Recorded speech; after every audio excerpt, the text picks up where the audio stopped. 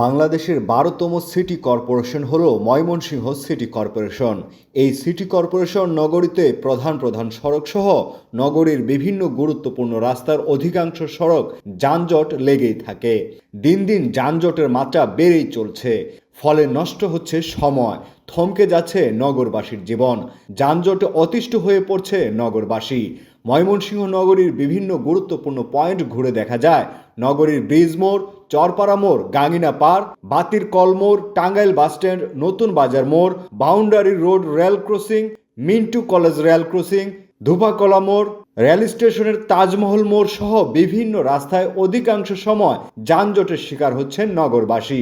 বৈষম্য বিরোধী ছাত্র আন্দোলনের মাধ্যমে দেশের অধিকাংশ বিষয়ের পরিবর্তন হলেও পরিবর্তন নেই ময়মনসিংহ নগরীর যানজটের চিত্রের। আগে যানজটের জন্য স্থানীয় প্রতিনিধিদেরকে দায়ী করা হলেও বর্তমানে নেই কোনো জনপ্রতিনিধি, তারপরেও যানজটে অতিষ্ঠ নগরবাসী।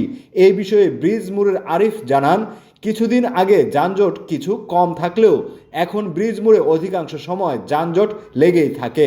যানজটের কারণে প্রিমিয়ার হাই স্কুলে পড়া বাচ্চাদেরকে নিয়ে 10 মিনিটের রাস্তা 1 ঘন্টা আগে বের হতে হয়। চরপাড়া এলাকার শামীম জানান, যানজটের কারণে অনেক সময় রোগী নিয়ে আসা বিপাকে পড়ে চিকিৎসা নিতে আসা রোগীর লোকজন।